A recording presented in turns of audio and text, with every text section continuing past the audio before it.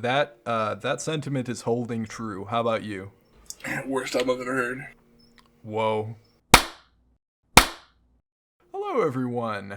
It's your guys, Shiloh and Micah, back up in here. Yes, sir. Yes, sir. And we're coming back at you with another episode of the New Music Podcast. This time around, we're a little bit more up to date on things. These albums, all except for one, are actually from our last week, which is sort of the intention that we go in with. You want to let them know what albums we're covering this week? Alrighty, campers. Today we are covering Plastic Death by Glass Beach. Then we got the Lyrical Spiritual Miracle with Lyrical Lemonade. All is Yellow. Then we got the new Cheekface album, which I didn't write the fucking name of it down. Give me 1 second. It's Sorted. That's the album name. I was actually blanking on it as well. That's so funny. And then we got Mr. York with his same album named Wall of Eyeballs. Eyeballs. That's not true. We got Mr. York, his buddy, and another guy. Yes, sir. Wall of Eyes. And finally, we have People Who Aren't There Anymore by Future Island. Yes, sir. Future Islands. Future Islands. Yes. Plural. There's more than one. Can't forget those. There's a couple of them. Yeah. Galapagos. The Galapagos. That's what Weezer said one time. I knew a guy with an island once. No, I didn't. I did. Anyhow.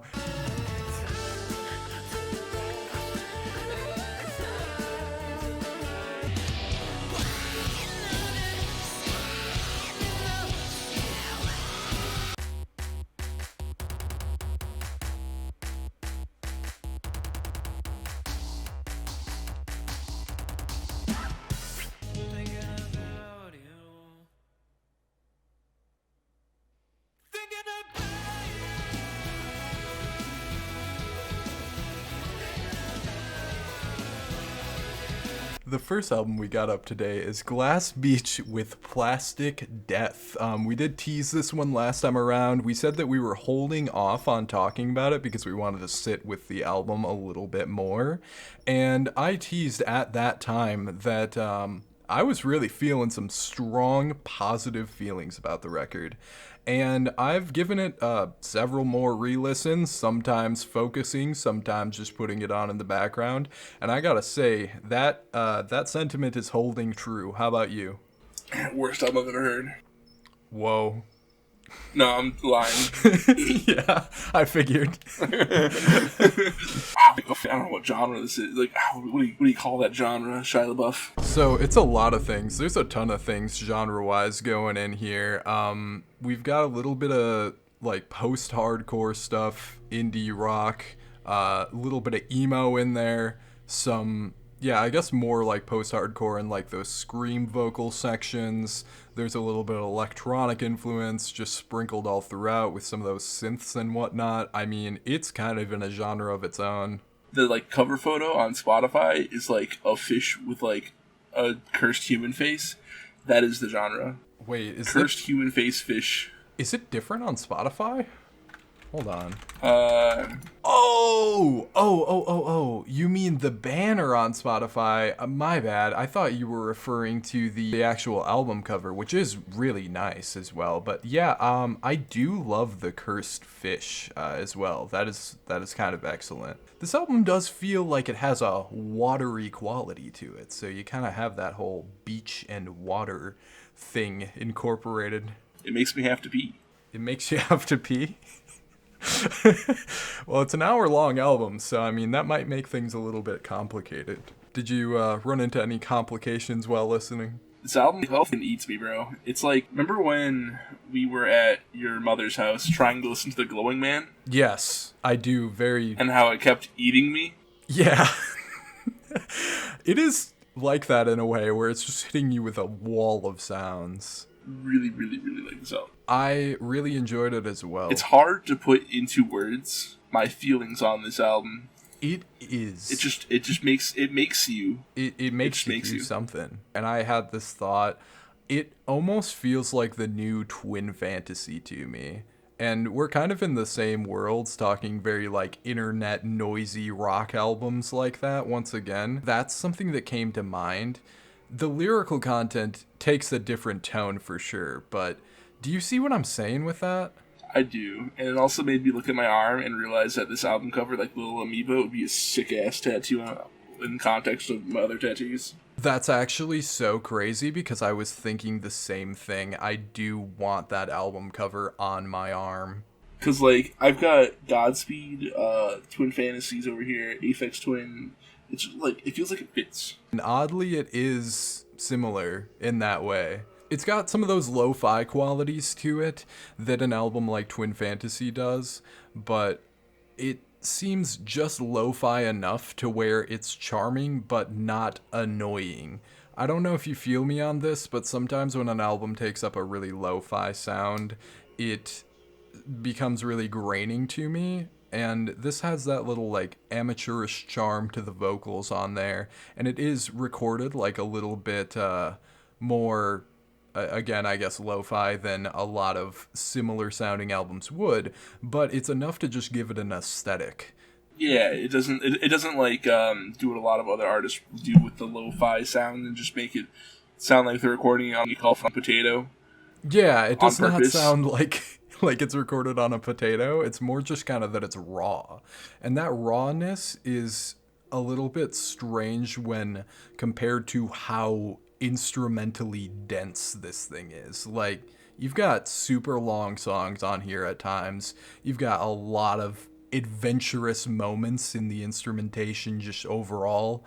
I mean, it's very clearly well orchestrated and super well planned, and I think it's cool that they managed to pair that kind of lo-fi aesthetic with something that's so larger than life. This album scratches the same like part of my brain that the Magnetic Field scratches. Oh yeah, that's interesting. Yeah, I can see some similarities there, I suppose. The lyrical writing on this too, we could be here all day diving into it. I think rather than being here all day, like, we should probably just kind of say broadly as a whole, like, how did you feel about how this album is written? I'll let you take the wheels on the lyrical content of this, because I didn't give it that much of a deep dive as I definitely should have.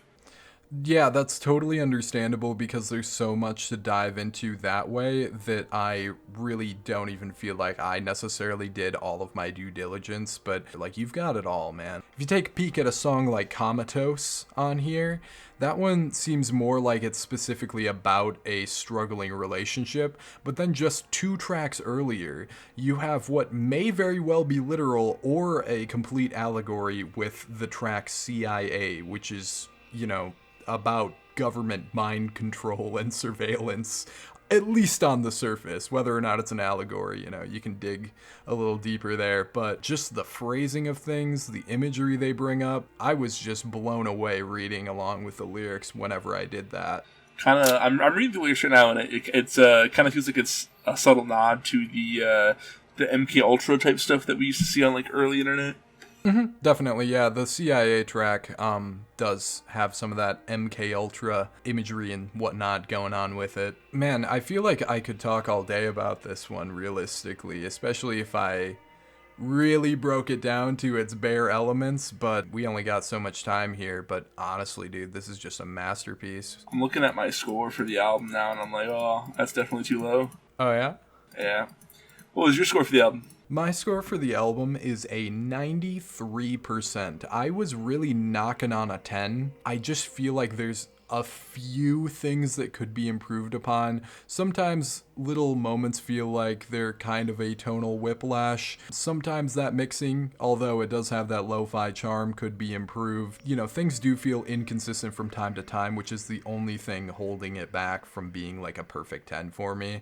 But I mean, that has room to grow or shrink on me, I would say, but I think a 93% is pretty fair for me. How about you? I went ahead and gave it an 84%, and I'm feeling like that's too low right now. Like, after talking about it and like didn't go through the lyrics like I potentially should have. That's totally fair. So yeah.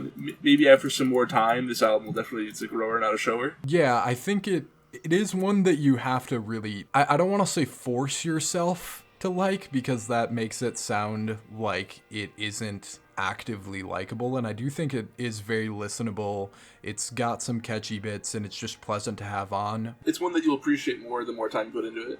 Definitely, yeah. It's one that benefits a lot from a focused listen and is just a little bit more just okay on the surface level, I think.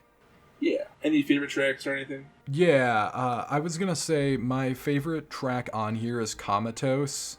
I did mention a little bit about it before, but the way this song has like 3 different phases, it's got these huge crescendo moments to it. It feels like 2 different songs in and of itself as well. Like, there's so much going on with this song. It has such huge emotional appeal. I love this song. It's probably my favorite song I've heard all year. And then Rare Animal and Slip Under the Door are my 2 close seconds. Those ones also just fantastic. I think if I had to choose, I would go with Rare Animal.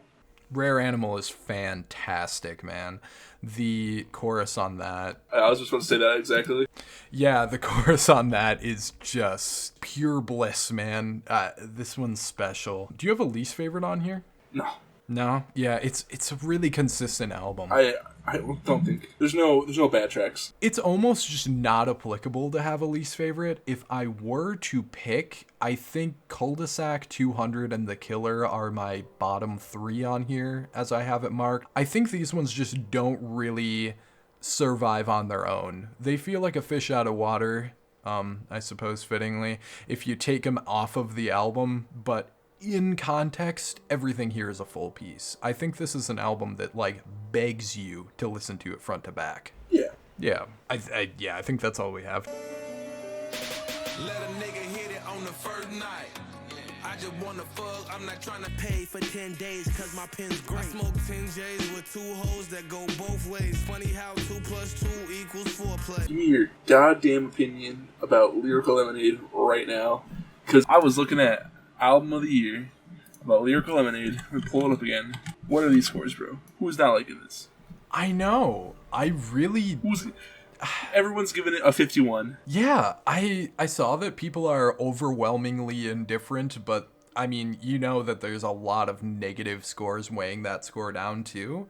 I don't really see what there is to actively dislike about this album. I think it's just pretty nice all around. The way I would describe it is it's like the SoundCloud rap family reunion. You know what I mean? You got everybody here. I'm reading through, and a lot of the bad talents are just like, Brad is right. It's a celebrity jerk-off fest. Right. I will say it has its downs and ups that have a pretty big standard deviation. Like, this thing's got high highs and low lows for sure, but there's nothing that I walk away from this like, wow, I hated that particular song, even though a lot of people did hate some of them, and maybe rightfully so, but... I mean, how did you feel listening to this thing? I fucking liked it a lot. I'm gonna keep it. I fucked with it. I fucked with it heavy. All the way up until track 7 with the fish. That one was like, whatever. But then it fucking Doomsday's right after that. So it's like, oh, fuck yeah, back on the train, bro. Yeah, Doomsday is great. Just the going back and forth with lyrics between Juice WRLD and Cordae was... so smooth. I mean, they're both just laying down such great bars on this track. It was also like Ski Mask, Slump God, and JID were 2 like notable features on the first track. I was like, oh shit, yeah, I haven't heard Ski Mask and Slump God be on something good in so long. Right. I mean, he's really kind of out of the public eye a lot of the time. He hasn't made solo music in a long time other than an EP, but even that was a long time ago. I mean, there's so many names that were just like, wow, that person's here? Okay. I mean, I know the song that he's on a little bit goofy, but seeing Black Crayon here, that's wild. What track was that? He's on Hello There. Oh, okay, I see it. Yeah. How did you feel about Hello There? It was funny. It was so funny. I want to keep it real. Yes. I thought it was fucking hilarious. Yes, it is so funny. I heard that interpolation and I'm immediately just like, how and why is this what we're doing? But I mean, I don't hate it just because it is very funny. But it's also just kind of a vibe. I know people hate it because it is kind of doing the whole like, oh, I'm going to take an old song and then redo it. But I have to make an exception for Lil Tracy and Black Cray basically doing a cover. I Miss You by Blink-182. Dude, I quote that song all the time. Yeah. Where are you? Yeah. Whatever. It's such So a good fucking funny. meme. And I feel like it's kind of meme resurgence caused this song to occur. But we live in such a strange timeline that not only does that song exist, you have those features on it. Another thing I thought was goofy before I heard the track, on track 10 on Fallout with Gus Dapperton, Lil Yachty, and Joey Badass, it's like, what is Gus doing here? Yeah, right? I don't know. That's a very strange pairing, but I think it worked okay. Yeah, it wasn't like my favorite, but it wasn't bad. Yeah, it's not offensive. It definitely wasn't one of my favorite songs on the album. I am remembering right now that Joey had like a melodic part in that, and I was like, okay, this is an interesting vibe. And then he starts rapping at the end of it, and I was like, I kind of wish we had more of that. And I do think that this album is really taking people out of their element at certain points, and it's interesting to see the results at the very least. But the results are a little hit or miss, resulting in some of those lower end cuts. I'm gonna say I'm glad that track exists just to have them try it at the very least, just like so we know what it sounds like. Yeah, there's so many moments like that where it's, I don't know how to feel about this, but I'm glad it exists. Kind of the whole like overly cinematic tone of this album in its production felt that way to me too, where it's like, this is weird, but okay. I don't know if you know what I'm saying. I do. I know exactly what you're saying. Yeah, it kind of feels like they're rapping over movie trailers. They are, bro. It's kind of fire. It is, but also it's weird.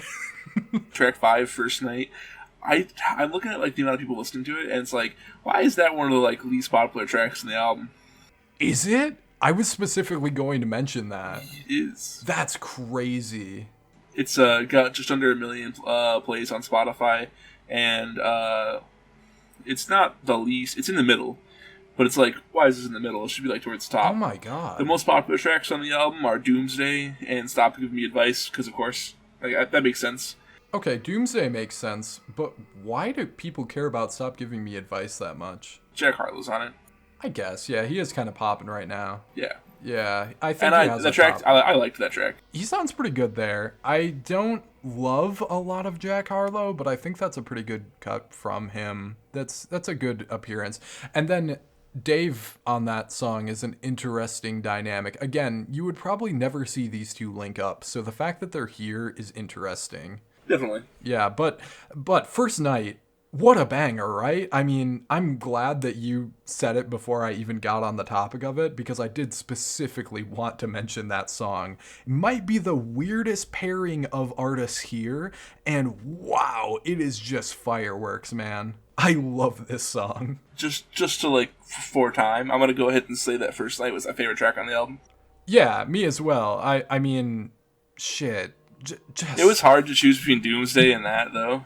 Right. But, Yeah. like, First Night, Denzel Curry, man. Yeah, Denzel Curry, man.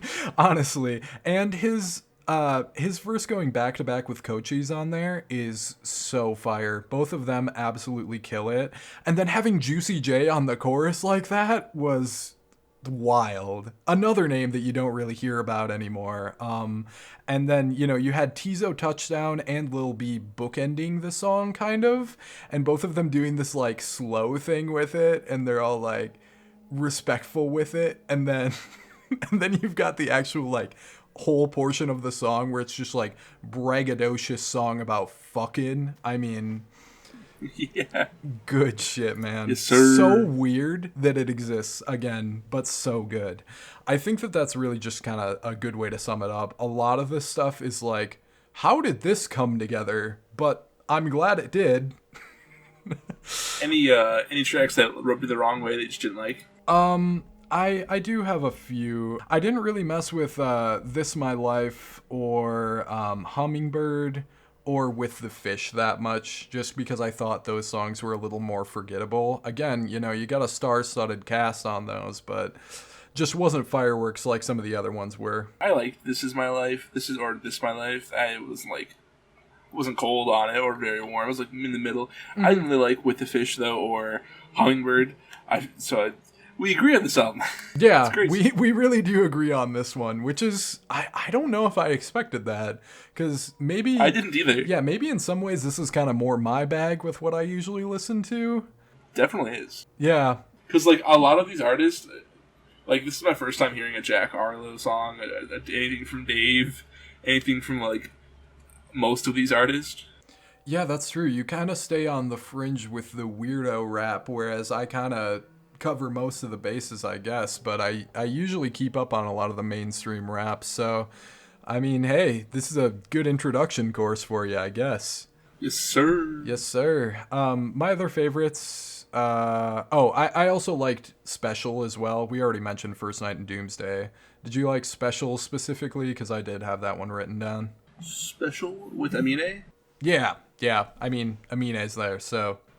Yeah, I was gonna say, I don't think I've heard a bad Amine track. Amine's one of a handful of artists that are just a cheat code for me. It's like him, Aries, Eric DOA, fucking Break-Ins, just that like chill rap space just rubs my brain exactly right. So it makes sense that I ended up enjoying that one. What was your overall score? My overall score was, I gave it a 73%. I hit it with a 66 just because I feel like a light 7 is pretty much fair considering the fact that it is just kind of a mixtape type flow. We're not really getting a cohesive album piece here. That's just kind of the nature of it. And there are some duds on there, but the highs are really high and I am actively re-listening to them a lot. Like First Night has been played in my car many a time since I've first heard this album. Yeah. I think we can go ahead and move on then. Next up we got Cheekface, It's Sorted. Dispassionately vaping while I water the plants. I am continuing to do my thing. The movie you put on from the camera on your porch. You're across the street, neighbor walks his dog on TV. The future is now, unfortunately. Want it, if you want it, whatever you need now, we can make it out of plastic. You are the resident Cheekface listener. I have literally never heard of them even, I don't think, before about a week ago. So I've been listening to Cheekface since like 2020, I think. When they did an Audio Tree thing, that's what I first saw. And then I went ahead and listened to Therapy Island. So I've been around for their most of their albums. Gotcha. And overall, man, I hate to say this, but they released the same album 4 times. It's pretty much got the same style cover art and everything, I noticed, so it seems like they're pretty much sticking with one thing. Yep, they have a sound and they're sticking to it, which isn't like bad. It just means that if you're listening to Cheekface, you're not really there for the like music per se. You're more so there for the like message, kind of, I guess. I do feel that. It definitely seems like a very lyrically focused album, but what I'm hearing from you is that they have always been Doomer Bloodhound Gang, and it's not just this album. Yes, yes. Oh my god, I that's perfect. That is the exact Doomer Bloodhound Gang. Oh my, no, this is yeah, it really is, bro. That struck me halfway through, and I'm like, oh my god, that's what I'm listening to. Like, that has to be a main point of influence for them, right? I'm not crazy? Dude, it has to be. It has to be. The way that it's... Homeboy listened to Mac DeMarco and Bloodhound Gang and was like, huh. Oh, yeah, let's put these together. For sure. The way that it's spoken / sung actively reminded me of the vocal style, as well as the fact that it's all very, like, tongue-in-cheek kind of joking around, but also has like a serious edge to it. Makes me feel like it's got that same comedy-like edge to it that they have. And I know Bloodhound Gang is like specifically a comedy band, whereas these guys have a message and they're saying some stuff. But I mean, the resemblance is striking. I'll say that much. It's weirdly striking. Oh, I didn't even think about Bloodhound Gang, but like, oh my god. I don't know why it came to mind. I haven't really listened to them in a long time, but it came to mind, and I used to listen to them all the time. Yeah, I know. We've listened to them together, and you're probably most of the reason I know they exist. So maybe that's why you were a fan of them. Maybe it's that those little seeds being planted in the back of your mind. Because I mean, it caters to your other tastes too. It's kind of got that whole indie aesthetic. Yeah, it's a indie guy fucking crying at Starbucks. Indie guy crying at Starbucks about Starbucks. It's very it's very, we live in a society, but it's very aware of that fact. Like literally that line is used, I think, in a self-aware way, which is where I'm a little bit conflicted on this album. It's either very self-aware or very isn't self-aware at certain times, and I think that they absolutely know what they're doing with that, and I think that they're doing a lot of satirical things here. It's just sometimes I think in the repetition of things and the overly jokey and sarcastic tone, I kind of lose them a little bit. Like there's something a little bit strange about the dissonance between the message itself and the way they're portraying it. And I understand it's fully intentional, but you've got tracks on here like There Were Changes in the Hardcore Scene where I'm like, okay, you're doing this back and forth, I hate to contradict myself, I love to contradict myself thing. It's like, yeah, I get that, but you actively are making me confused on the message. Do you feel me on that? Yeah, I understand you, man. This is definitely like millennial core. Like, it did seem very millennial core, yes. But I didn't hate it. I do, again, I enjoy some parts of that kind of overly upbeat, sarcastic tone. I think it really worked on certain songs. It gives me the feeling of the meme where it's the dog in the house and the house is burning down and he's like, this is fine. What's really funny too about that is their last album had a picture of a dog. Oh, wrapping right back around. We love dogs. You gotta love dogs. What was your overall score? Because I don't really know if I have much more to say about it. It's just kind of like, it's the same album.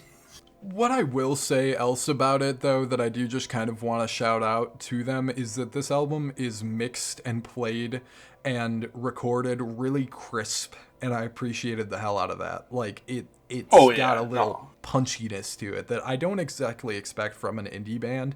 It sounds very clean and refined, but, like, they're not sacrificing adventurousness in any way. Still tell that they're like independent and using their own ideas, but they didn't sacrifice sound quality, and it's really well performed. So I gotta give it a lot of credit there as well. Overall, my score was 68%. How about you? I gave it a 66%. 66%, gotcha. Also, I want you to know that the user score on Album of the Year is 68%. Of fucking course it is. The critic score is 85%, and I'm just like, oh, whoa. Like, it's 85? A nameless melon gave it an 80. Yeah, I do recall seeing his review that was an 8 out of 10. I didn't know that was the critic consensus, though. That's interesting. Yep, that's the lowest score. It got a 90 from one of the critics. I mean, I can see it. If you're a millennial, you probably love the shit out of this. Real. I mean, yeah, and we're kind of sitting in that little limbo zone between Gen Z and millennial. We're like, what do they call them? Like zillennials or whatever? Zoomers. I mean, we're firmly in Gen Z, but still, I mean, we're at the older edge of it to where I feel like a lot of millennial stuff is still relatable. So it was relatable at certain points, for sure. Yeah. Yeah. Up next, we have Thomas York and his gang of merry men in their project, The Smile.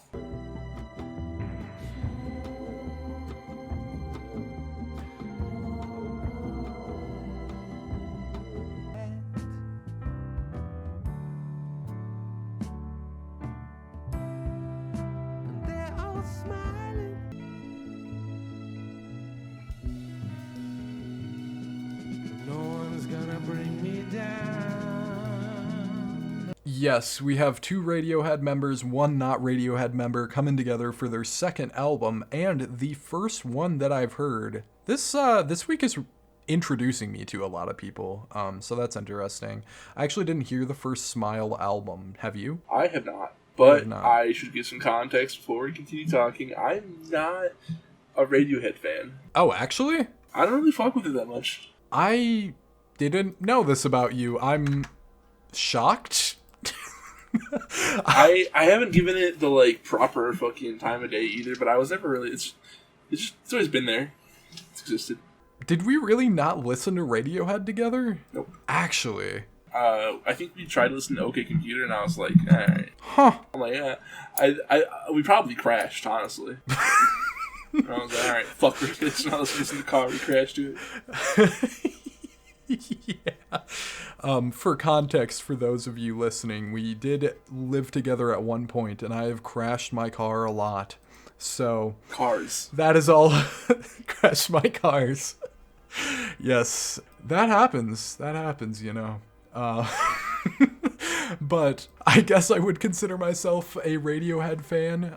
For the most part, I just haven't listened to all of their albums. It's something where it's always been in the back of my mind, like, oh yeah, I obviously want to listen to the rest of Radiohead's discography, and then I never did, despite the fact that OK Computer and In Rainbows are literally some of my favorite albums I've ever heard. I don't know why. It's not something where I've went through and listened to the other ones. I just didn't. I also never listened to the first album by The Smile, but I gotta say, until this one came out, I had no idea who the personnel behind it was. Half of Radiohead and a different drummer, so naturally, it sounds a lot like Radiohead, but I think it's still a little bit different, at least based on any of the Radiohead albums that I've heard. Since you're not a fan of Radiohead, how did you feel about this? It's fine. It's fine? Just fine? Fine. Just fine. It's just fine.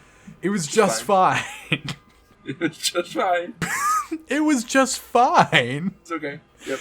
Jesus Christ. What makes you think it was just fine? It was one of the albums of all time. Technically, we are talking about 5 of the albums of all time. What stands out about this album as just fine to you of all of the albums of all time? I'm skimming through track 4 right now. Track 4? Sounds like Radiohead. Yeah. I'm on track 5 right now. Sounds a little like Radiohead. I just, this didn't blow my dick clean off. This did not blow your dick clean off.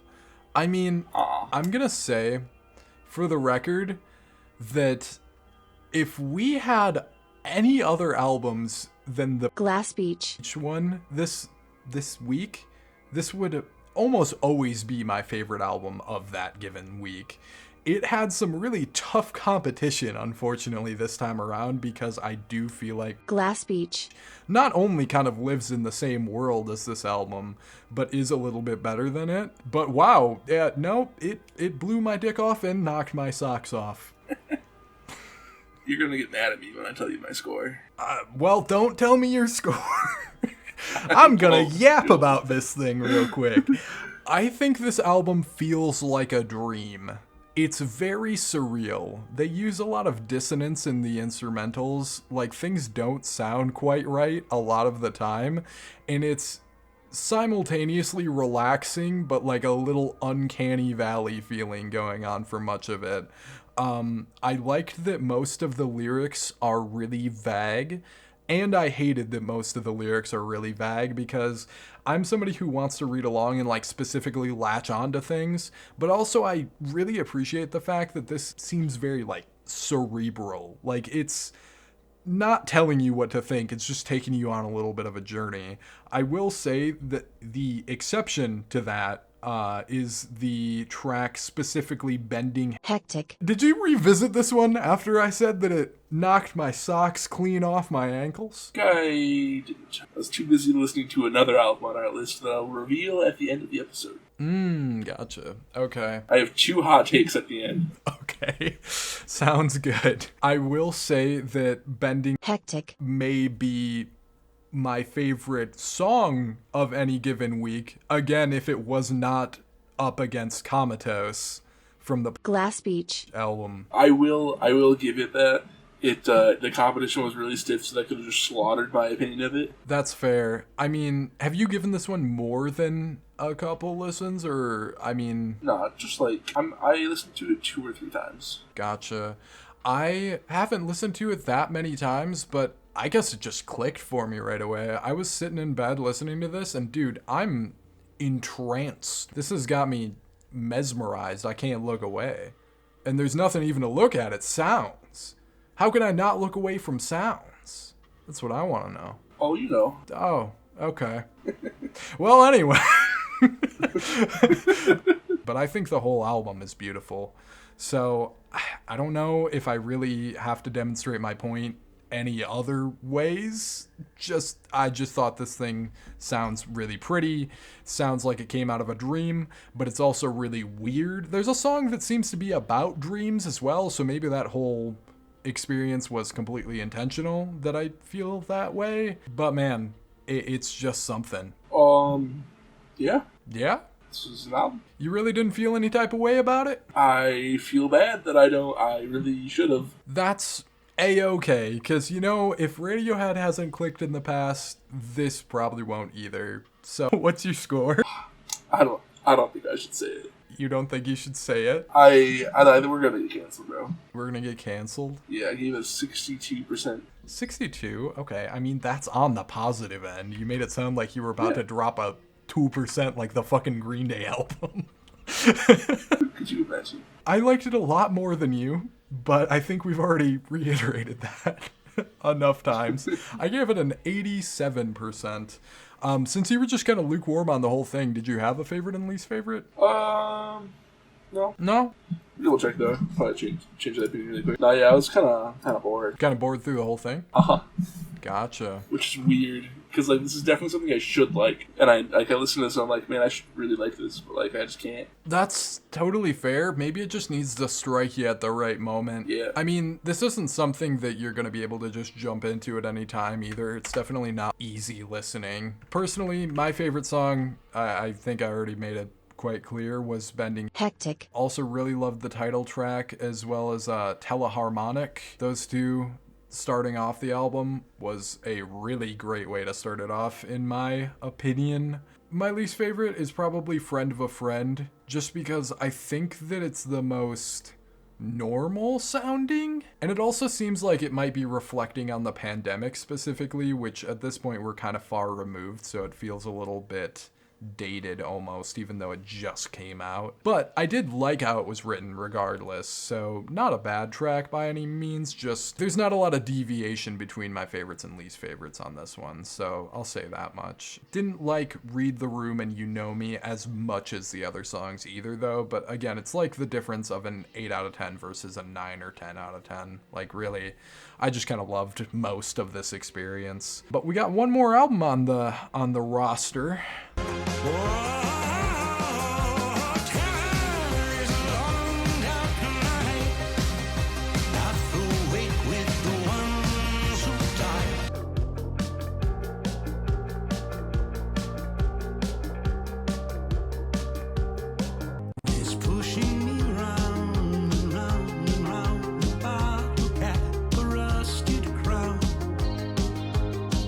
Saving the best for last, we have Future Islands with people who aren't there anymore. Do you actually feel that way? We'll have to see and find out.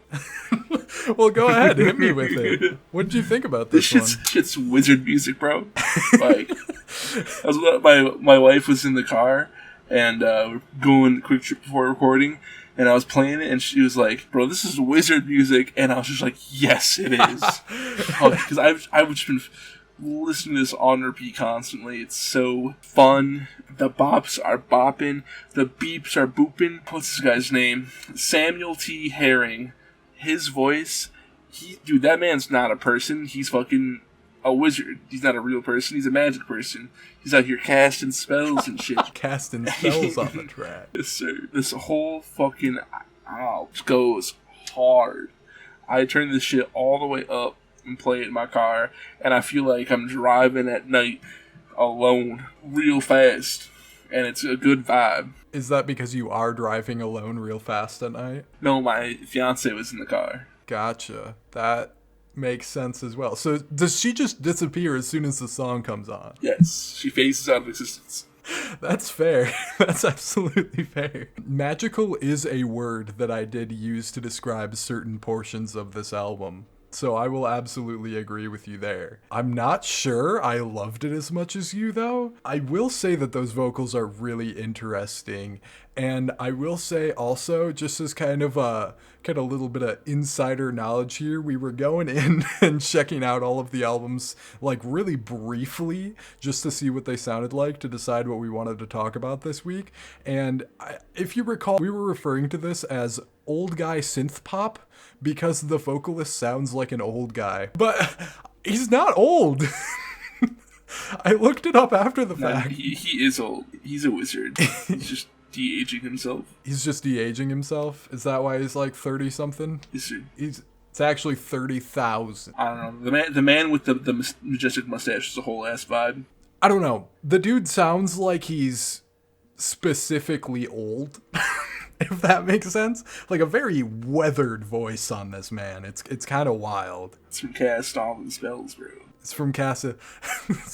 And he does mention cigarettes twice on the album, and I'm like, oh. Cigarette. Maybe that's what we got going on here.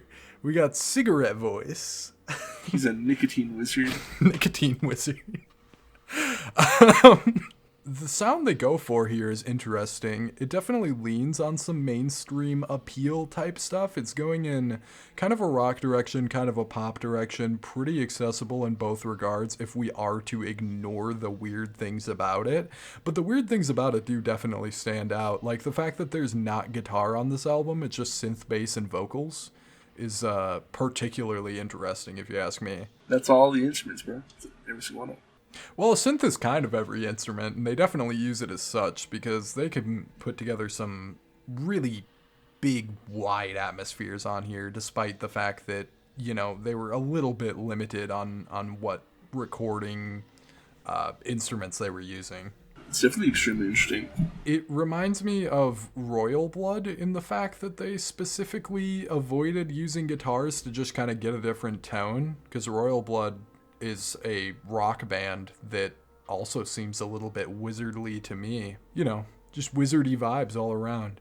I liked how this album was written, too. I think that you had some pretty good lyrics across it. Wouldn't you say so? Oh, yeah, dude. I'm not gonna lie, man. I couldn't listen to the words because everything he was saying was just hitting. Gotcha. He could say anything. He could say chicken sandwich gobbledygook, and I'd be like, oh, fuck yeah, dude. Let's go. I think that's really funny. It's a very distinct vocal tone for sure, and it is very cool. I think that what he was actually laying down in those vocals as well, though, is pretty nice. They're definitely playing into the title of this album with people who aren't there anymore. Does feel like the title of this piece very specifically, because it seems like it's about losing people in your life, whether it be like them actually passing away, breakups, people drifting apart, so on and so forth. I think they did a good job with that. Any favorite tracks this year tracks for you? And not to like cut our thoughts short. That's okay. I think we've probably said our piece. Favorite tracks for me, I've got Corner of My Eye as specifically my favorite, just because I think this one was really beautifully written, and I mean, it just sounds really good too. And then I liked Say Goodnight and King of Sweden just about as much. How about you? I also liked King of Sweden. King of Sweden was just a nice opener. Mm-hmm. And just the synth where it goes, do, do, do, do, do, do. It's like, fuck you, dude. Let's go. And then the tower. It's hitting. The tower, track 2. It was a nice follow-up for King of Sweden. It just felt like more... Honestly, you could just mash together King of Sweden and the tower and have it just be one track and I'll be happy. Yeah, both of those do sound pretty nice, for sure. I did notice just now that all of the songs we just said, I'm pretty sure, are in the first half. I think that the only weak point on this album that I can specifically point to is literally the direct end of the album. I didn't really care for the closer all that much. That's definitely my least favorite. Yeah. Yeah. You feel the same? Yeah, I'd have to agree. Yeah, unfortunately, it seems like the album trails off a little bit in the second half, and there are some good ones right before it, but that closer is just like, eh. Peach is probably the most noticeable track in the second half. Yeah, I think Peach was all right for sure. Was your least favorite also The Garden Wheel, or did you have a... Yep, actually. Yeah. That's what I had written down. It's really funny. That's interesting. Yeah, I guess we did kind of feel the same way about it, though. I don't know. The rest of it kind of fits in a nice little space in my brain, whereas that one feels like a little bit sandpapery on my brain. Yeah. I think the mixing was a little iffy on this album, and I think it was the most iffy on that one. They were tired. They were tired by the end of it. Just got a little exhausted. They recorded it all in one go. Yeah. Makes sense to me. What was your overall score? 73. How about you? I gave it an 89. 89. Wow, you really did love this one. I mean, hell yeah, dude. I didn't listen to Tom York more than 3 times because I was too busy listening to people who aren't there anymore. That's fair. I just had the one song from the Lyrical Lemonade album on repeat. Understandable. It goes so fucking hard. You've been emo for like 10 years, nigga. You still say.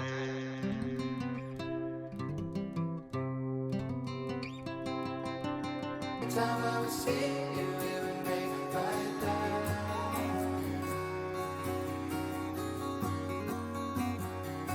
I can't change. It don't ask me the things that you ask me. The answer's gonna be the same as last week. Not an album, but before we move on to the closing section of our podcast here, I did want to give a shout out to the new EP from Bones. He's doing a Midwest acoustic, Midwest emo type of thing, which is really weird and unexpected, and I would not have expected to see a album that's not in any way hip-hop whatsoever from Bones, but he did it really well. I think it's a cool little project for sure. I know that this is more kind of your bag than mine, this type of sound. Does that sound spot on, that he's pretty much just playing to its strengths? Yeah.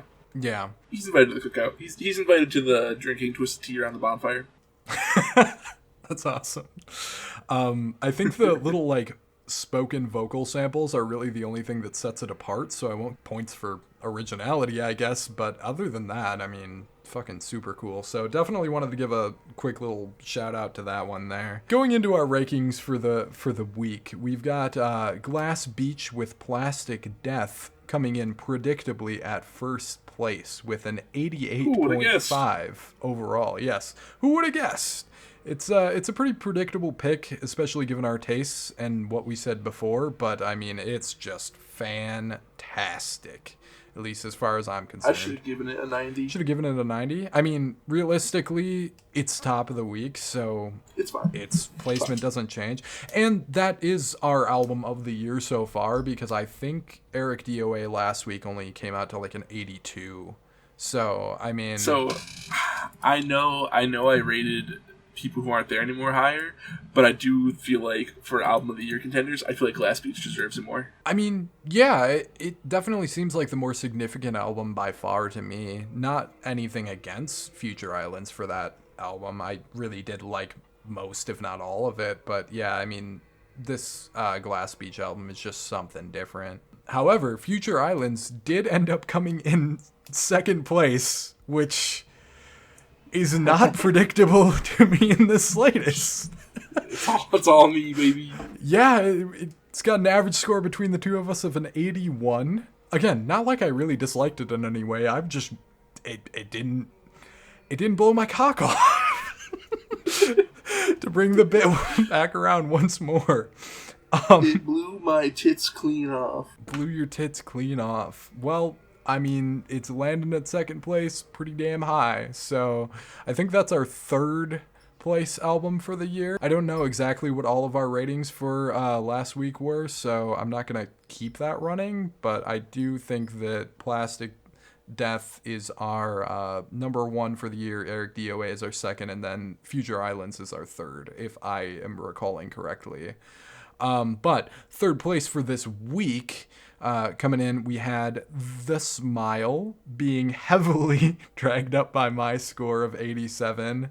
I would have been fine with this being the album of the week, realistically, but I'm happy it's in the middle at least, rather than the lower half. I'm going to guess number 4 is Lyrical Lemonade. Yeah, Lyrical Lemonade did come out our fourth place at 69.5% overall between the two of us. Nice. And yeah, I mean, that's significantly higher than the consensus, but hey man, it's the SoundCloud Rap Cookout. You really can't go wrong, man. But then the fifth place, which I kind of feel bad about. Yeah. R.I.P. bro. I'm not gonna lie, man. If this was like 2019 when they like dropped their first album or even their second album, it would have been rated much higher. I like this album. I think it's catchy. I think it's got its moments. I think it's a little bit hit or miss overall, though. And I guess that's what landed it here. I think it's just really got the wrong week. It did. Because it does come in at a 67%. It is still well beyond the margin of positive being 50 and above. You know, we're still good on this album, and it just kind of sucks to put it all the way at the bottom like that. It looks a little rude to me almost, because they did bring us something pretty nice, but unfortunately that's just the way the cookies crumble. But it is a lot higher rating than a lot of the stuff we did last week. God, now I'm remembering your 2% on Green Day. I feel like that was almost too high. Oh my god. Not this again. I think that Green Day is going to comfortably sit at the bottom of the year for us just because of that. But you're welcome. But it does mean that Cheekface gets to be significantly higher than Green Day, so we've got that much going for us. But if they got anywhere near each other, I'd be upset. That's fair. I think it's significantly better by far. And there are songs I'll come back to. So yeah, that is kind of our rankings for the week overall. Again, for the actual yearly rankings, I'm going to go ahead and put together a list on Album of the Year that will be continuously updated with both of our scores, and it'll be put in order of our scores so you guys can just kind of keep up with us as we go through the year. But thank you for tuning in. And Micah, do you have anything else to say to the people before we dip on out of here? I love you. That's legitimately wholesome this time around. So yeah, that's about all. Catch y'all later. Yeah.